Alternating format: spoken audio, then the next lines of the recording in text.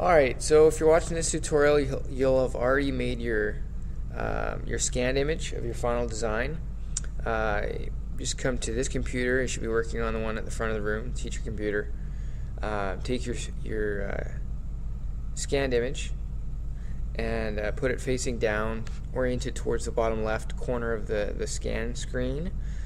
Close the lid, and then of course double click on the CanoScan icon here. I'm going to go through the process to show you how that's done. Then you don't have to worry about it in the settings. You just press the scan button. It's going to take a minute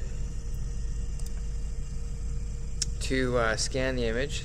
The little scanner just moves its way slowly up the image and captures it. It's kind of like a camera, slow moving camera, I guess.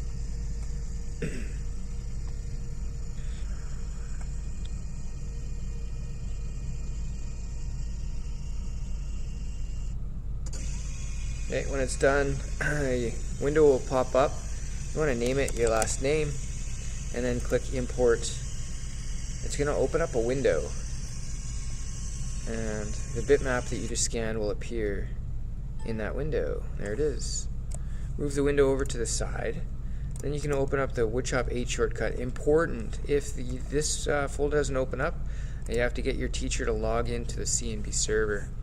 Okay, anyways, I'm going to pretend that I'm working in the B block. I'm in the B block class, but you're going to do this respectively to whatever class you're in. Drag and drop your bitmap image into that folder, and it'll take a second to copy. And that is that. Alright, so I'm just going to conclude here. I'm going to close this up so the next person can come. I'll even close this window up too, so the next person will have an open screen to work with. They can find the Woodshop 8 shortcut and the CanoScan shortcut. Now when you go to your computer and you're working with your image, first thing the computer is going to do is going to get you to open up the Woodshop 8 shortcut, open up your folder, take your bitmap that you just scanned into the computer and moved into that folder, and then drag it out and put it on your desktop. So you'll see that in the first tutorial, but I'm going to pause here and so you guys can do that and then get caught up on the next tutorial, and that's going to be opening your bitmap in the VCAR program. Thanks guys.